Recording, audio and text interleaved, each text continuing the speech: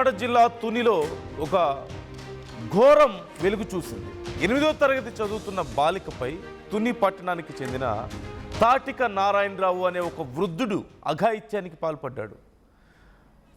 ఆ బాలికకు తాతయ్యనవుతానని చెప్పి మాయమాటలు చెప్పి గురుకుల పాఠశాలలో ఉన్న బాలికను స్కూల్ నుంచి తీసుకువెళ్ళాడు. స్కూటీపై ఒక నిర్మానుష్య ప్రాంతానికి తీసుకెళ్లిన నారాయణరావు ఆ బాలిక మీద అఘాయిత్యం చేస్తూ పట్టుబడ్డాడు. అయితే సాధారణంగా అయితే ఈ విషయాన్ని ఎవరు నమ్మేవారు కాదేమో, కానీ ఒక వ్యక్తి వీడియో తీయడంతో అసలు విషయం బయటకు వచ్చింది. ఈ విషయం వెలుగులోకి వచ్చింది. అయితే ఆ వీడియో తీస్తున్నటువంటి వ్యక్తిని ఆ వృద్ధుడు బెదిరించినట్లుగా తెలుస్తోంది. ఏం చేస్తావో చేసుకో అంటూ ఆ వ్యక్తిని బెదిరించి అక్కడి నుంచి పరారయ్యాడు.